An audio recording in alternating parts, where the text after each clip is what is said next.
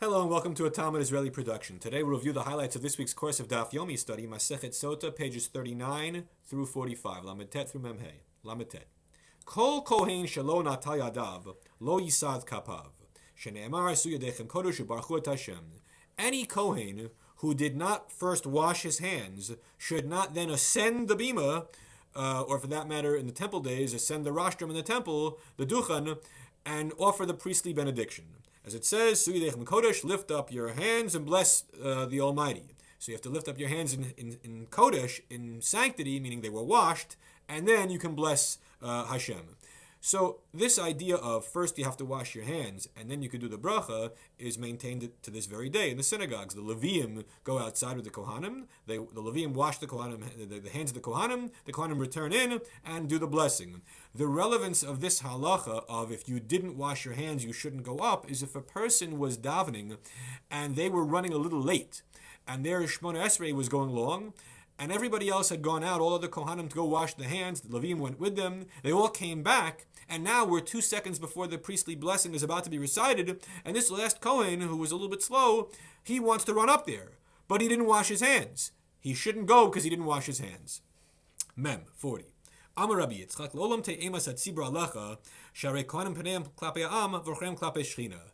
A person should always have a certain reverence for the congregation, insofar as the Kohen goes up there on the bima to bless the people, and his face is towards the people, and his back is klapei shechina, is towards the divine presence, meaning the Torah scrolls and the ark are euphemistic of the divine presence in the synagogue. Your back is to God, so to speak, and your face is to the people. That shows you that the people are important. The tzibur, the congregation, must be taken seriously. We cannot be dismissive of the honor of the tzibur. Mem Aleph 41.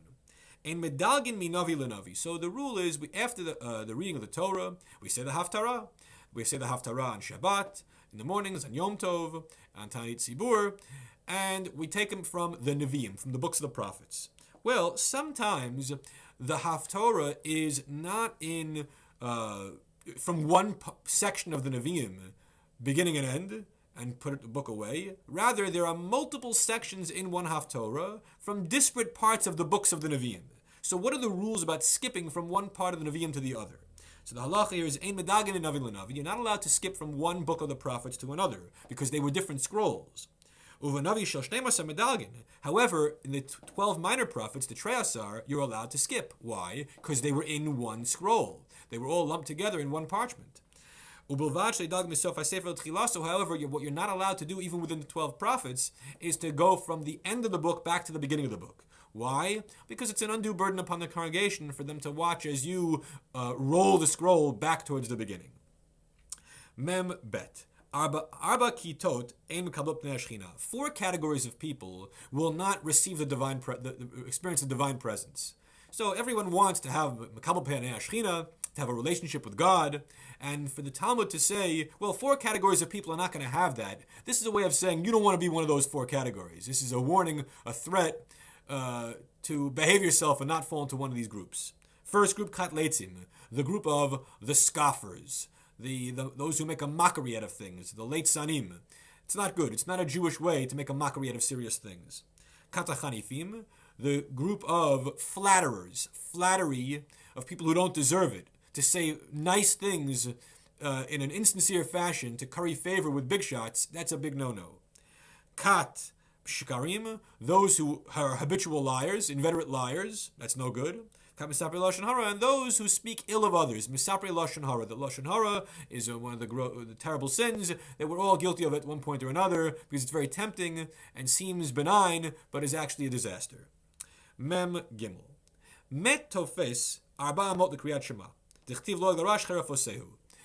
A dead person, a dead body, has an area of 4 cubits by 4 cubits around him, in which you're not supposed to say the Shema.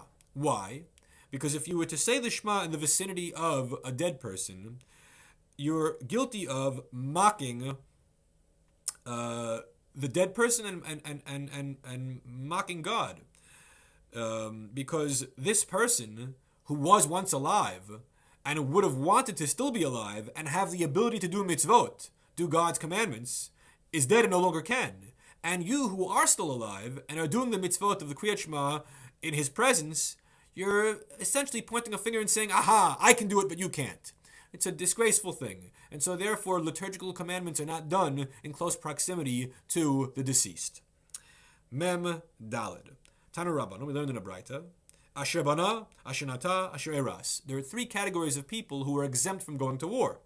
One is a person who built a house and didn't yet dwell in it. Another is a person who built a vineyard and did not yet deconsecrate it. And another is a person who betrothed a woman and did not yet fully marry her. So they go home, they finish whatever they were started, and then later they can go to war, but not at this juncture in life. Limdu Torah derech eretz. The Torah here teaches us the proper sequence of things. What is the proper sequence? Sheyivne adam bait. First, a person should build a home. V'yitakem, and then plant a vineyard. And then get married. So what the Gemara here is saying is that a person should have financial stability and reach adulthood, no longer be a child or an adolescent or a teenager type, with regard to their domicile, their place of residence, and their ability to provide a living for a family. Do those things first, be an adult, and then get married and raise a family. Of course, there are other passages in the Talmud that give other indications about getting married young, possibly before a person is financially stable, but this is what the Torah here is instructing that we ought to do. Memhe 45. Nimsa chalal samuch l'sapar, or le'ir shuba akum, an orphan. If a dead body is found, and we don't know who killed this guy, and it's by the side of the road, the rule is we measure which is the closest city, and the closest city, the elders of that city have to do the ritual of the decapitated heifer, the egla arufa. However, what if the body was found near the border of Israel, or near a city which was predominantly Gentile? Then we don't do the decapitated heifer ritual. Why? Because the Torah says, if you find, meaning this is a rare occurrence, and we were not expecting to find a dead body in this spot, so we'll have to go through a procedure to achieve atonement. To exclude a situation where this is expected.